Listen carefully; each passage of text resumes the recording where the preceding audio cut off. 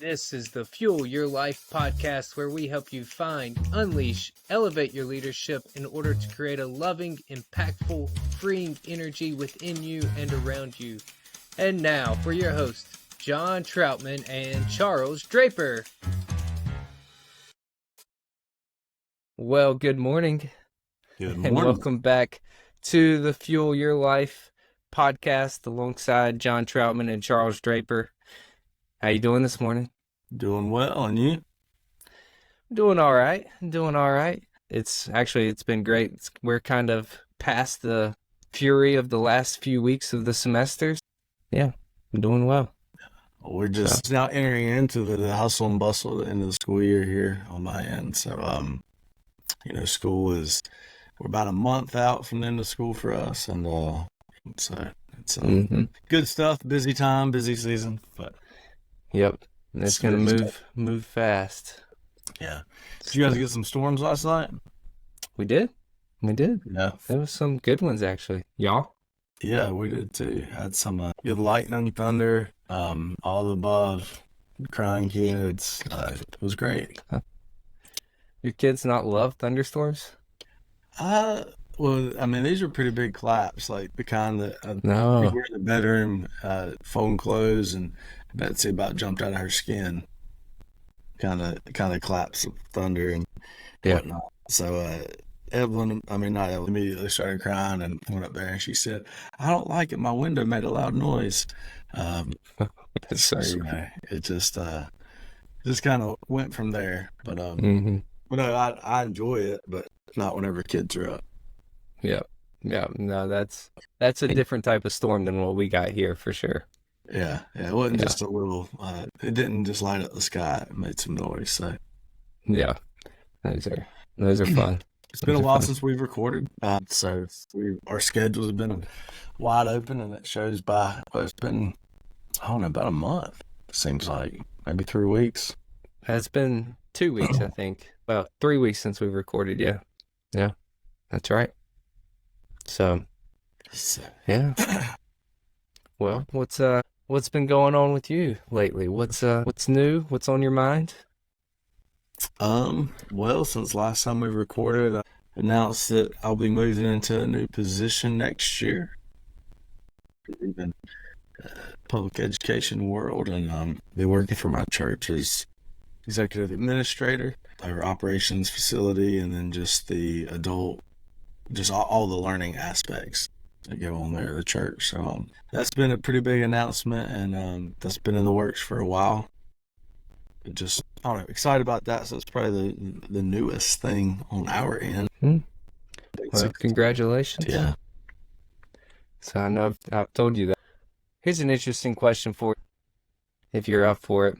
But this is, obviously it's a big transition for you. You've been in school administration for a long time now, pretty good little while. You are someone who's done really well in school administration. Just from what I know of your background, you've been a great principal. So this is, being such a big transition, what went into this thought? Like, how did you process, hey, this is time for me to make this transition and move to this new role? Well, it's a great question. It's a big question. It is. I could talk about that for the length of this podcast probably, but and longer. Go for it. So I love what I do currently. I just want to state that I love being a principal. I love leading adults, kids. I love being part of the community that I'm in. I love what I do. And so it's not, the decision wasn't made in haste. It wasn't made out of being disgruntled or upset or disappointed or anything of that nature. And, I don't know that that's always the case whenever you see something like this go on. So I just, back in November, the Lord there was, a need for administration at the church, and that came up in some conversations. I'm involved at the church. I'm a deacon. I lead Bible studies. So just the inner workings there. Just I'm involved in some of those kind of conversations, and the seed was kind of planted, and I kind of shrugged it off and said, "Yeah, that's never going to happen." As far as hey, would this be something that you'd even consider? And on the onset, I was like, "Nah, not at all. Like it wouldn't be a thing." And honestly, that seed just kind of grew, and the Lord just, I'll say that the Lord really worked on me as far as that goes. Since about November, my grandmother passed away in November, and the verse in Leviticus 20:26 has been a verse that's just been constantly on my heart, and just that, and I'm paraphrasing, but it says, "You are holy, for I'm holy, for you are mine." And the Lord calls us His, and I've really been searching that, and just within everything I do, like, God, if I'm yours, then what's your will, and what would you have me do, and what does this look like, and so forth and so on. Really, just that's been the verse and the meditation of my heart, and kind of where I'm at, and I think it should be all of ours, really. But he. That's just really the verse that's been just at the forefront of everything that I think about and do.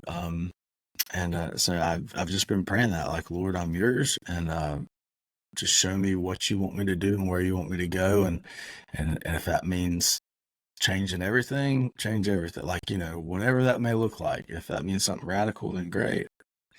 But anyway, so this has been growing, and all of a sudden, in January, we had a men's conference at the church, and had some different conversations with some different people, and really just I had one specific conversation with an individual that kind of spurred it along as well. Not around this position, but they just came by and spoke some truth to me, and I don't know. So all that being said, I kind of felt that conviction and felt that urge, and to such a point where I scheduled a time to meet with the pastor. And I said, at the end of January, we went and met with him.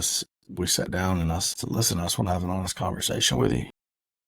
And he's made it known, like, administration isn't his gift necessarily. Like, he can do it, but it's not. And I just was very honest with him, and I looked at him and said, "Hey, listen, like, I'd love to put my name in the hat for this. If it's a thing, like, I'd like to put my name in the hat for it. I think it needs to be a thing. I think no matter what, in order, I think it's important for our church to have this." And he voiced that sentiment as well. But I told him, I said, it'd be a lot easier if you told me no. And he kind of looked at me, and I said, "Let me explain that." I said, "I love what I do, like what I said just a little while ago. Like, I love what I do. I love where I'm at. I love the school that I'm at. I love the people I work with." I said, "I'm probably in the best place professionally I've ever been. And, I know what I'm doing. I feel like I do it fairly well and at a high level." And I said, also in my school district, I feel like that I can grow, and I have a kind of a plan to move up through the ranks as I would like. That can work as I can probably expedite that, or I can slow that down. It just depends on what my family needs and kind of that thing. But so I kind of started there, like, don't do me any favors. I don't need any favors. If I'm not your guy, just tell me now, no, and I'll continue to serve in the capacity that I'm serving in, and nothing's going to change. My feelings won't be hurt. But at the end of the day, like, I feel, and I told him, I said, "You know what, like," I said, "there's a lot of things that,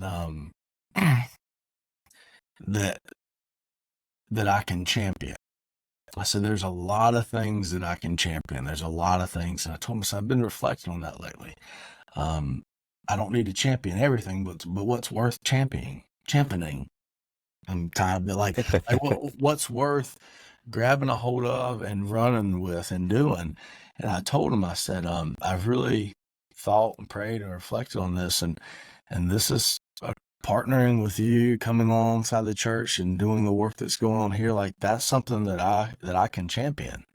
And I can champion that with you." I share a story just about how since we've been at the church, just how it's impacted our life and how it's impacted our kids' lives. I mean, Evelyn and Hadley have come to know the Lord and accept Him as their Lord and Savior, and been baptized there through the ministries there and the discipleship and things that we've done at home. And I told myself, whenever we walked through those doors a couple of years ago, we might have looked good, but we were broken in a lot of ways. As a family, and they really came alongside us and ministered to us. And so I said, just the investment that's already there and the impact that the church body has had on our family, like why would I want to come along and champion that? And if I get the opportunity to work and do that, and that's what I do every day, then why not? And if not, once again, I'm gonna keep serving. I'm gonna keep leading. I'm gonna keep doing my thing, as the Lord's called me to here. So yeah. So and we had lots of other conversations. I shared some more, and we had a really good conversation, and I kind of left it at that. And it was, what, like if things line up, great. And I told him, I said, I'm not gonna beg for anything. It just, if it's meant to be, it'll be. And from that point on, man, like the Lord took it and made it better than what I could have ever concocted. Or, it's just and that was my prayer. Like, God, like if this isn't meant to be, close it down, shut it down, make it to where it doesn't work. And I just kind of sat back and kind of just waited and watched and prayed through it all. And there's just been a peace about it. I mean, it's a big move. But I will say, there's such a peace. Even my wife, like, people like, what does she think, and, there can be a lot of fear about change and those kind of things. And she doesn't like change much, but, it just, it's a peace that we can't explain. It only comes from, and there's a confidence too about it that this is exactly where I need to be. And I know it's not all going to be easy. I mean, it's never easy when you change leadership roles and you jump in a new position. But yeah, so there was a lot that went into it. It was hard to tell my staff because I love them and I love working with them. I love working alongside them. I built relationships. I mean, we have went through the trenches. We've went through all kinds of storms, and we've weathered them together. Whenever you do that with an organization of people, and you love it and you love them, it's hard to break ties. But it's not breaking ties because my kids are still going to be coming to the school next year. I'm just going to be here as a dad, a father, and support in that capacity. But yeah, so that's really the short story. Some people might say, well, that's not too short. That's a short story of it all. But I'm super excited. I'm excited to see what the Lord has in store for me, my family, for the church, for just our community, and yeah. Yeah, I'm actually, and it's so valuable to have you share that because, it's making a transition, especially one of this magnitude, is one, usually as people walk through it, it's one that they really struggle to figure out, like, okay, is this really what I need to do or not need to do? And there's always some, motivating factors that are probably not as, well, we'll say holy. They're not as holy as we like to make them out to be. And your situation is one that's really cool because, I mean, just to pull out a few pieces of your story that really stand out to me, that I think anyone who listens to this, if they ever get to the point of like, man, I'm thinking about a transition like this, things that I would encourage is, one, you're leaving on a very good note. You said you're not leaving because you're disgruntled. You're not leaving because you're frustrated with anything else. You found something else while you were in a position where you were thriving, really, which is awesome. That's not always going to be the case. Sometimes you need to make transitions because you're not in a good position, but there's no motivation like that underneath this. Two, you found a need and you're someone who can fill it. And I think we often, one, we don't look for needs around us. Two, if we find them, we automatically think we're not the ones to fill it, or we can't fill it. And where you found a need and you're a perfect fit to fill it. Well, I don't know about perfect, but you are someone who will fill it well. There's more I could say about that. But three, in the midst of all this, you've been really aware of yourself and everything that's going on around you. Like, I think that's often how kind of God moves us, is by like what he does in us, but also what he's doing around us, and us being able to pay attention and the things that stand out to us, while because we're open to receiving it at that moment. Like back in November when all this kind of started, you still weren't thinking of doing this at all, and God kept getting your attention for whatever reason in different things. So I just think that's really cool, and great principles, I think, to stand by if you start looking at making a transition or something like that. Yeah. And something too that I struggle with, and you kind of hit on it in your second point, was, you mentioned like I saw a need and I knew I could feel it, right? Sometimes I think we see needs and we think we always must fill it if we can do it well. So part of my struggle in this whole process is there's a need and I can do it, but do I need to do it? Mm-hmm. So I think that's also something that really, and I want to draw that out because there's a lot of needs out there. I mean, I can walk down the street, like, and I use that, kind of haphazardly, but you know what I'm saying? Like, there's always going to be a need in places, and if you're open and looking, you're going to see needs everywhere. But I think for me, something that I've had to reflect on is, because I'm a doer and I know there's certain, like, I can do a lot of things, but it doesn't mean, and that goes back to what should I champion, right?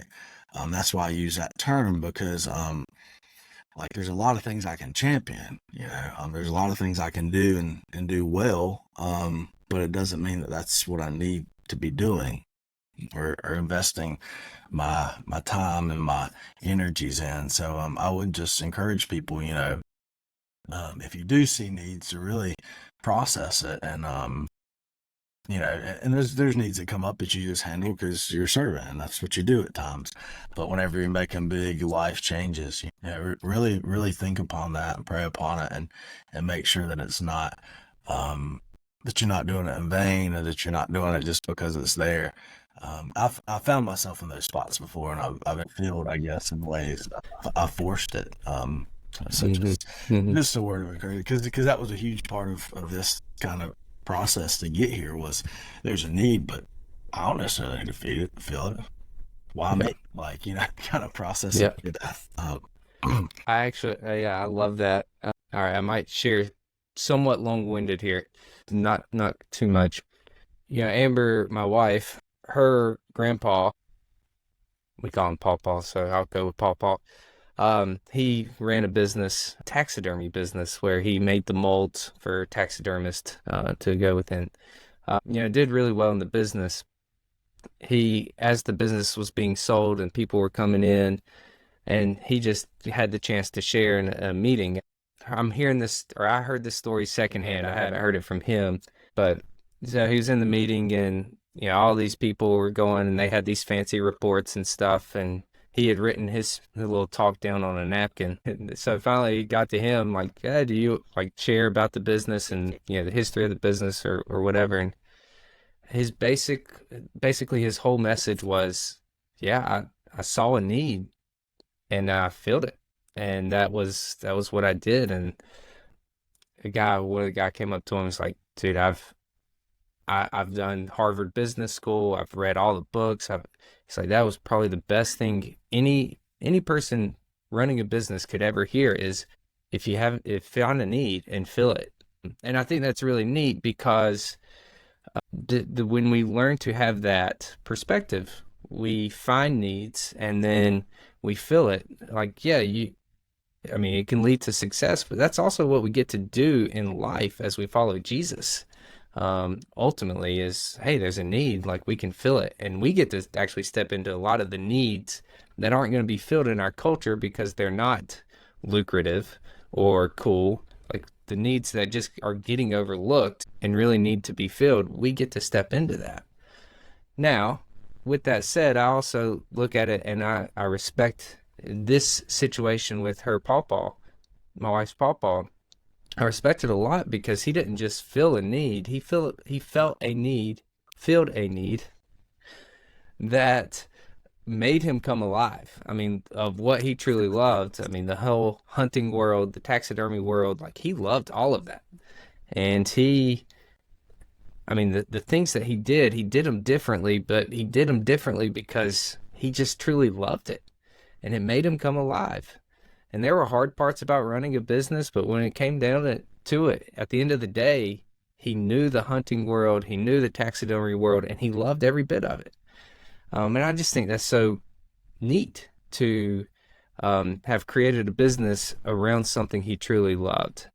To get to your point, I think you're right. Like there's a need, and so can I feel it? But the next question for me, I would say, and you said it differently, but does it make you come alive? There's a quote out there, and I mean, I'm going to butcher the quote probably, but I love it. We don't need more people just doing good work. We need more people who are coming alive. And it's true. Like what makes you come alive? Find a way to do those things. Whether you're getting paid for them or not, find a way to do those things because they make you come alive.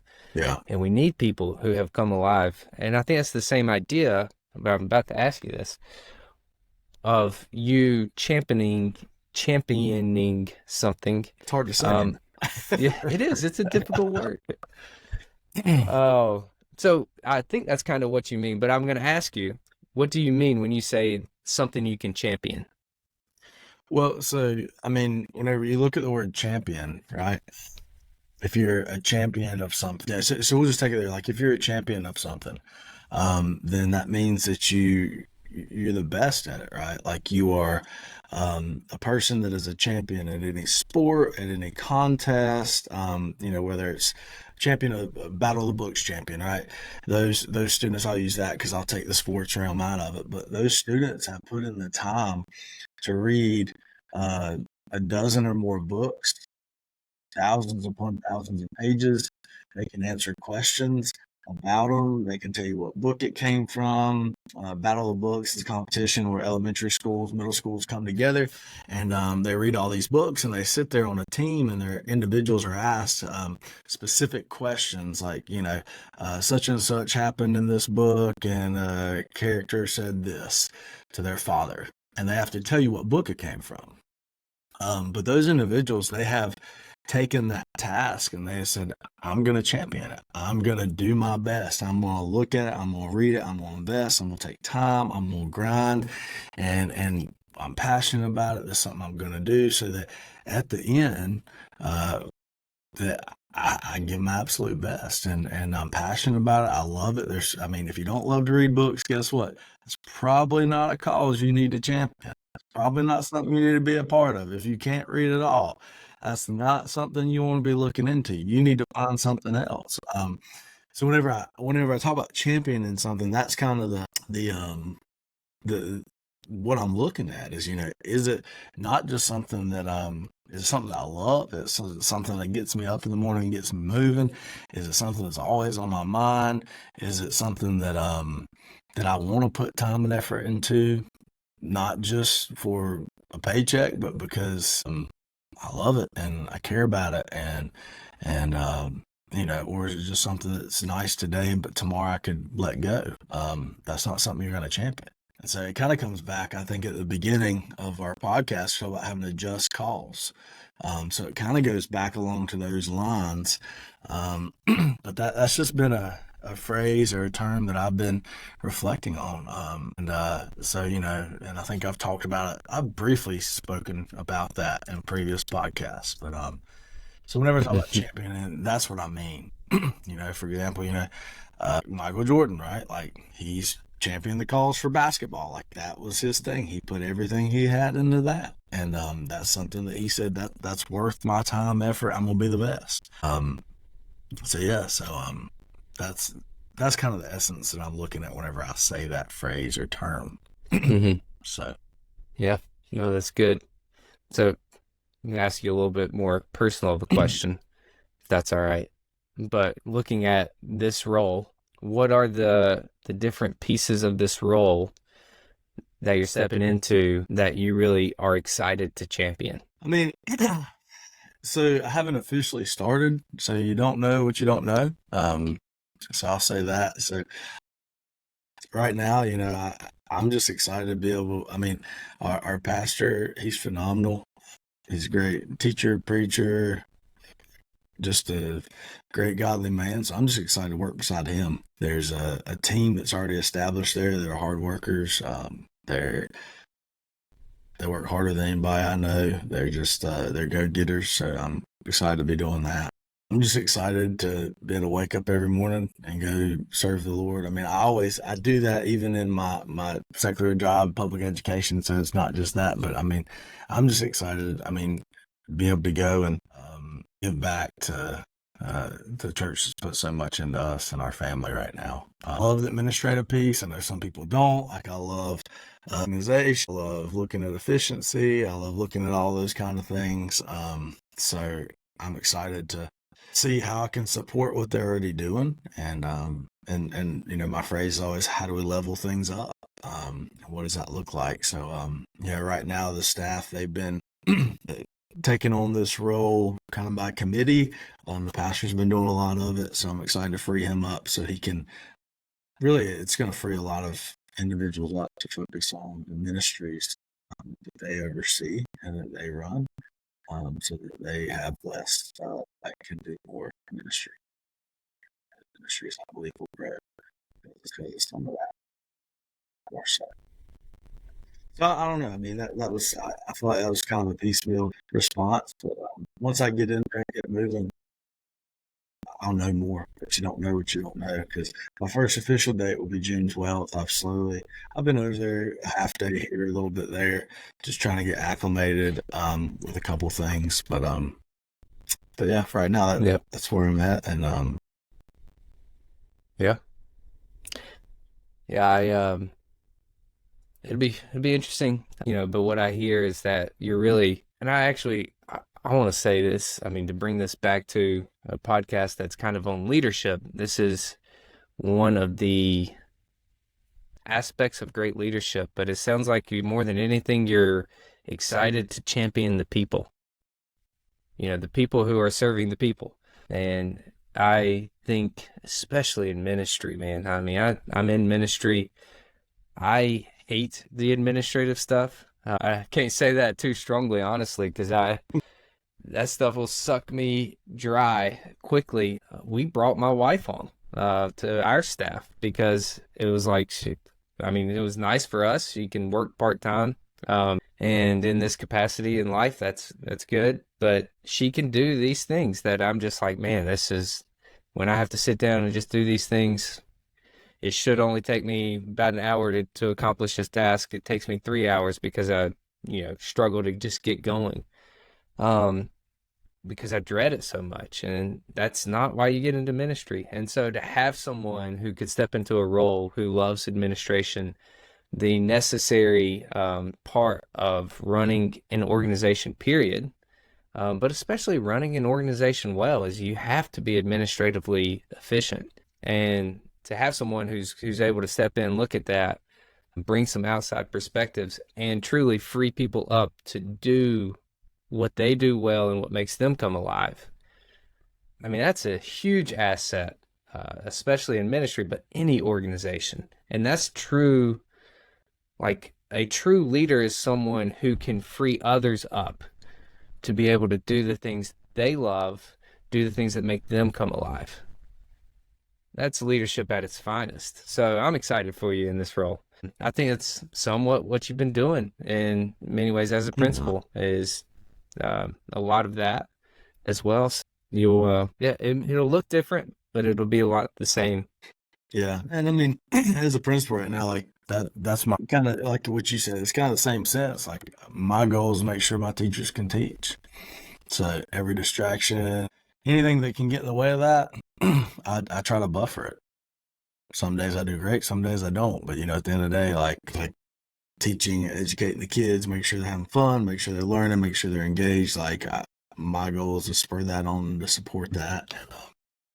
So yeah, it's exciting I have meetings set up with the current staff there at the church, and so I'm excited about that because I'll ask them questions, get to know them, kind of, and just get a lay of the land. So and I know all of them, but just to really sit down and talk about just their passions, desires. We pass people all the time, church and different places, but we don't really sometimes slow down long enough to know what they love to do. And so I always love those conversations because you get to know a lot about people, definitely people you're working with. So I don't know, lots of exciting stuff, and just keep getting after it. Yeah. Yeah. Yeah. Well, that's awesome. It's awesome. Yeah. I mean, honestly, I think it's I'd go back to it, but just this whole like the process. I've been excited to do this conversation for a while. I didn't know when it would be time for you to bring it up on a podcast, so Yeah. I've been waiting. But just the process that I've been able to walk with you of you thinking through this transition, no, recognizing that it's such a big transition, um, I think is just truly valuable for people to hear, and just to see like, I mean, you said it like I don't need this, so we'll just see what happens, and you kind of put the ball in rolling a little bit, because God had put it on you, and then He took care of the rest. And even as I was sitting here this morning, one of my thoughts at 5 o'clock in the morning when I'm trying to get out the door, and I was just like, man, if we're not living the life of a follower of Christ as leaders, and it doesn't actually change the way, like the method which we use to accomplish anything, then we're missing the boat. What I mean by that is, there was so much prayer that you put into this transition, and there was an awareness that you put into this transition that, most people are, they're just going to move. They're just going to make it happen. And even moving into ministry, how often we do that and we don't realize, I mean, we're not slowing down enough to say, okay, wait a second. Is this really where God is leading? Is this really what He's doing? And you did. That's what makes us different, is being able to slow down, being able to say, okay, I don't need this. I want what God wants. I'm going to step into His will, and I'm going to trust Him to do it. All right, so seek His will. And when we get somewhat confident in that, we allow Him to do it, and we give Him the space to do it. So I think that's, it's rich. That's what it is. Well, It's good stuff. And also, I mean, John's known about this for a while. He's one of my closest friends, and I've been thinking through, praying through it with me, and processing some of it as we go. So it has been neat to be able to. I'll just say, like, there's I've sought counsel from friends that I know are godly people and that are gonna speak truth, and I don't know. So I'll say that as well. Like, I think the Lord puts people in your life that you can process things with, and that can pray through it with you and can cover that in prayer. And so I don't know. John he's known this for a bit, and probably before most. But just I'll just say, like, that's super important. Just surround yourself with people speak truth to you, but can do it in love. Also, they're in your corner, and if they don't have the same beliefs and your worldviews don't line up, and those things don't align, then you probably need to find a different group, because they're going to point you in the wrong direction. Mm-hmm. I'll just say that because there's a lot of people that this move doesn't make sense. And there's people that have shared that sentiment with me. It's my motives and the rationale behind it won't make sense to those that are seeking after just money, success, fame, all those things. So anyways, just it's exciting. It's fun, and I say that to say thank you just for being there and just being a good friend. I think a lot of times you'll tell people that's closest to us that we appreciate them. So appreciate you, man. Yeah. Thank you. I appreciate you too. Well, all right. Enough speaking nice to each other. Now we need to say something mean to each other. Yes. Well, All right. Well, we'll wrap this episode up so that we can get off here and start talking mean to each other again. That's right. Start making fun of each other. So, yeah, that's a good conversation. Yeah, next time I won't talk about myself all the time. So how about that? We'll talk about you. Oh no, it's worth it. You gotta talk about yourself every now and then, you know. All right. It's good. Well, it's great. But don't forget, if you've listened, please subscribe. That helps us out. Share the episode. We love having these conversations. If it's beneficial to you, go ahead and share it with someone. All right. It's been great. Yeah, man. We'll see you later. Every day. That's it. See ya.